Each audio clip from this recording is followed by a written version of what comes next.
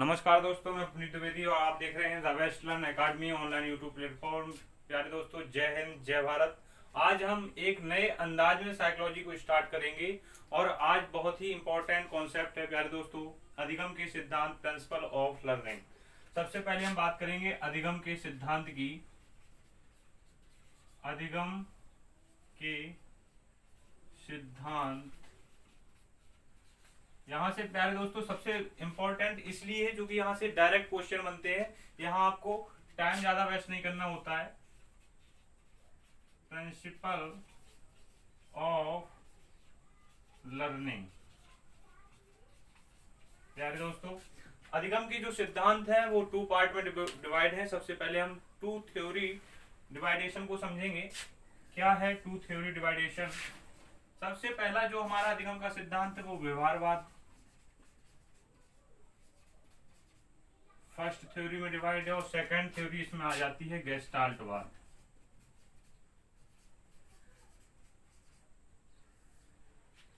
प्यारे दोस्तों, पहला है व्यवहारवाद, सेकंड है आपका गेस्टाल्टवाद। व्यवहारवाद वाले क्या कहते हैं? ये कहते हैं जो मानव अधिगम करता है वो व्यवहार में परिवर्तन करके अधिगम करता है, और ये गेस्टाल्टवादी कहते हैं जो मानव अधिगम करता है वो सूझ पर आधारित अधिगम करता है, अर्थात मानव के मस्तक में जब सूझ उत्पन्न होती तभी वो अधिगम करता है। प्यारे दोस्तों, व्यवहारवादी क्या करते हैं? क्रिया को करने पर जोर देते हैं और ये कहते हैं सूझ को करने पर जोर देते हैं। ये किसको जोड़ देते हैं? ये क्रिया को जोड़ देते हैं, अर्थात यदि हम बात करें एक्शन को, और ये किसको जोड़ देते हैं? ये सूझबूझ पर जोर देते हैं, सूझबूझ। अब गेस्टाल्टवादी में कौन कौन से पर्सन है? जो गेस्टाल्टवाद का जिन्होंने निर्माण किया वो है हमारे मुख्य रूप से गेस्टाल्टवाद में सबसे पहले वर्दीमर, सेकंड आपका पोपका आ गया या कोहलर एंड पोपका। प्यारे दोस्तों, जो गेस्टाल्टवादी पर्सन है वो तीन मुख्य रूप से हैं, वर्दीमर, कोहलर और पोपका। वर्दीमर ने ये इसके जनक हैं गेस्टाल्टवाद की। ये क्या है? फादर या हम जनक कहें गेस्टाल्टवाद के। और जो कोहलर हैं ये प्रयोगकर्ता हैं। प्यारे दोस्तों, ये क्या है? प्रयोगकर्ता। और यदि हम बात करें कोपका की तो ये क्या है? सहयोगी हैं गेस्टाल्टवाद के। ये क्या है? सहयोगी, कोपका। प्यारे दोस्तों, अब हम बात करेंगे आगे। व्यवहारवाद क्रिया पर जोर देते हैं, अर्थात इस सिद्धांत को हम संबंधवाद के नाम से भी जानते हैं। किसके नाम से जानते हैं? संबंधवाद के नाम से भी जानते हैं इस सिद्धांत को। और यदि हम बात करें इस सिद्धांत को किस नाम से जानते हैं? संज्ञानात्मकवाद।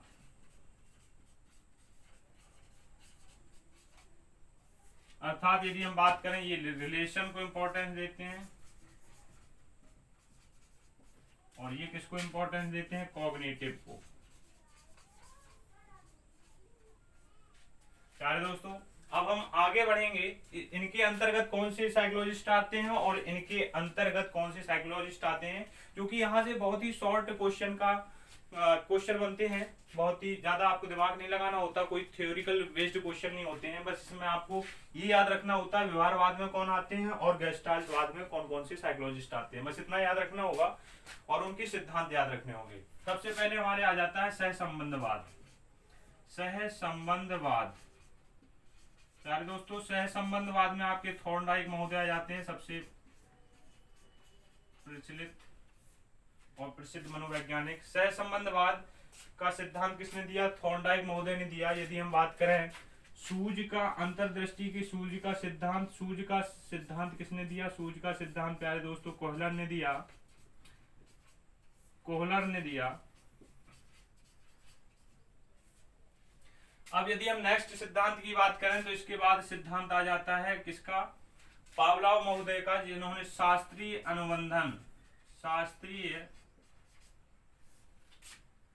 अनुबंधन सिद्धांत दिया, पावलोव महोदय ने। और यदि यहां आगे हम बात करें तो बांडुरा या बंडूरा, बंडूरा आप मान लीजिए। बंडूरा का सिद्धांत है सामाजिक अधिगम सिद्धांत, सामाजिक अधिगम सिद्धांत।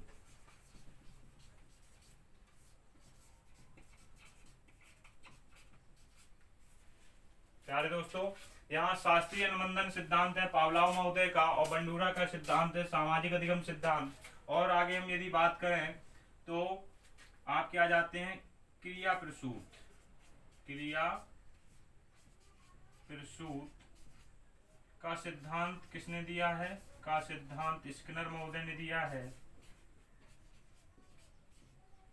स्किनर महोदय ने दिया है। और यहीं हम बात करें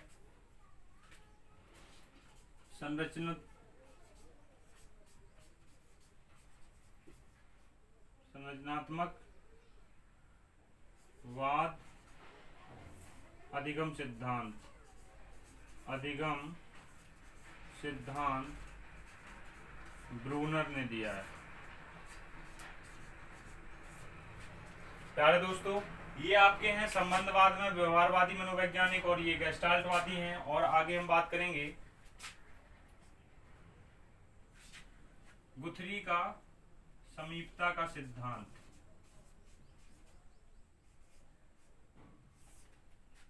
समीपता का सिद्धांत गुथरी का है। और प्रबलन का, एक प्रबलन का Cl हल्का है, Cl हल्का है। और यही बात करें यदि हम संरचनात्मकवाद में संज्ञानात्मक वाद का सिद्धांत किसने दिया है, ये दिया है जीन प्याजे ने, प्याजे महोदय ने। और यदि बात करें एक और है क्षेत्रीय अधिगम का सिद्धांत, क्षेत्रीय अधिगम का सिद्धांत किसका है, क्षेत्रीय अधिगम का सिद्धांत कुर्ट लेविन का है, कुर्ट लेविन का है प्यारे दोस्तों। और ये Cl हल्का प्रबलन का है सिद्धांत। और इसमें एक आ जाता है शाब्दिक अधिगम का सिद्धांत आशुबेल का, यहां लिखे दे रहे हैं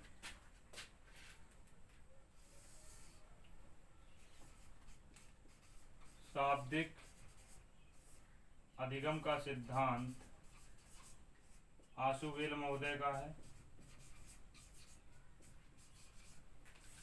प्यारे दोस्तों, अब इसमें क्या है, और कुछ मनोवैज्ञानिक आ जाते हैं व्यवहारवाद में, जैसे फॉर एग्जाम्पल आपके वाटसन हो गए, जेबी वाटसन जो व्यवहारवाद के जनक हैं, और मैकडूगल महोदय हो गए जिन्होंने आउटलाइन ऑफ साइकोलॉजी नामक पुस्तक लिखी है। और आपके इसमें वुडवर्थ आ गए। तो आपके यहाँ से प्रश्न प्यारे दोस्तों कैसे बनता है, यहाँ से दोस्तों प्रश्न यहाँ से ऐसा बनता है, निम्नलिखित में से कौन से गेस्टाल्टवादी मनोवैज्ञानिक हैं, कौन सा गेस्टाल्टवादी मनोवैज्ञानिक है। तो तीन आपका जैसे वाटसन, वुडवर्थ और मैकडूगल दे दिया, एक आपका कोहलर दे दिया, तो आपके गेस्टाल्टवादी क्या है, कोहलर हो जाएंगे। यदि आपसे पूछ दिया निम्नलिखित में से कौन से व्यवहारवादी मनोवैज्ञानिक है, तो आपका स्किनर दे दिया और तीन इसमें दे दिए, कोहलर, ब्रूनर या कुर्ट लेविन, तो आपका ये क्या हो जाएगा, स्किनर आपके राइट आंसर हो जाएगा। प्यारे दोस्तों, अब हम आगे बढ़ेंगे। इससे पहले आप लोग स्क्रीनशॉट यदि लेना चाहें तो ले सकते हैं बेशक। प्यारे दोस्तों, आशा है कि आप लोगों ने स्क्रीनशॉट ले लिया होगा। आगे हम आप लोगों को बढ़ाते हैं, और कुछ अधिगम के सिद्धांत है उनको भी हम आपको एक्सप्लेन कर दें।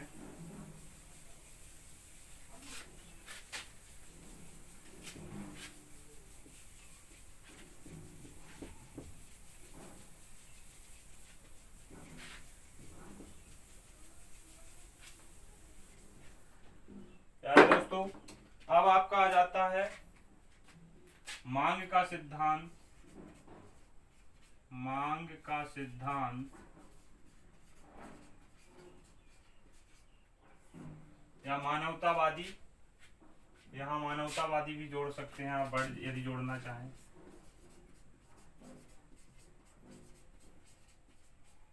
मानवतावादी या मांग का सिद्धांत किसने दिया है?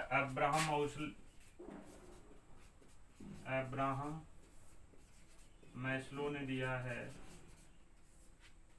और आर्य ने जो आपको सोपानिक क्रम बताया था लर्निंग पार्ट 2 में, प्यारे दोस्तों यदि आप लोगों ने अधिगम के पार्ट 1, 2 नहीं देखा है तो प्लीज देखिएगा, डिस्क्रिप्शन में आपको लिंक मिल जाएगा। आर्य का कौन सा है? सोपानिक क्रम, या हम कह सकते हैं शिक्षण अधिगम के सोपान क्रम। अधिगम के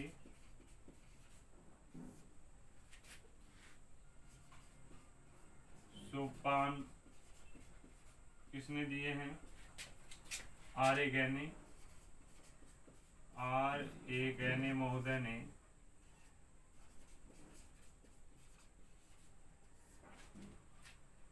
प्यारे दोस्तों, ये आपके कई ऐसे सिद्धांत हैं जो आपकी परीक्षा के दृष्टिकोण से बहुत ही इंपॉर्टेंट हैं।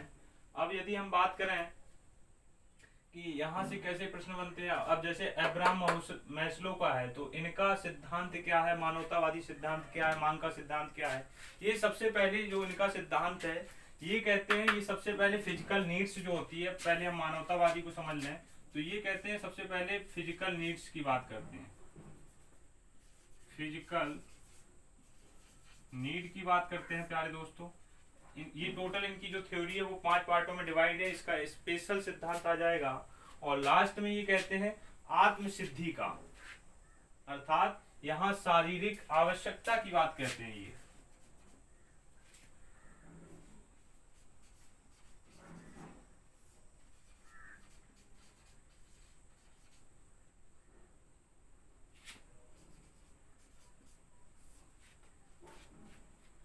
यहाँ ये कहते हैं शारीरिक आवश्यकता की बात, और यहाँ ये सेल्फ कॉन्फिडेंस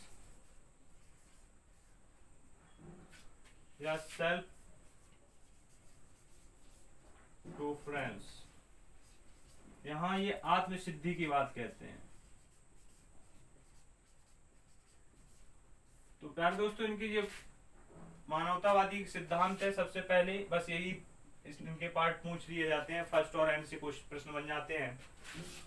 और लास्ट में ये अधिगम की सोपान जो हमारे आर्य महोदय का है, ये सबसे पहले कहते हैं संकेत अधिगम की बात करते हैं, संकेत अधिगम। और फिर लास्ट में इनका है समस्या समाधान, समस्या समाधान।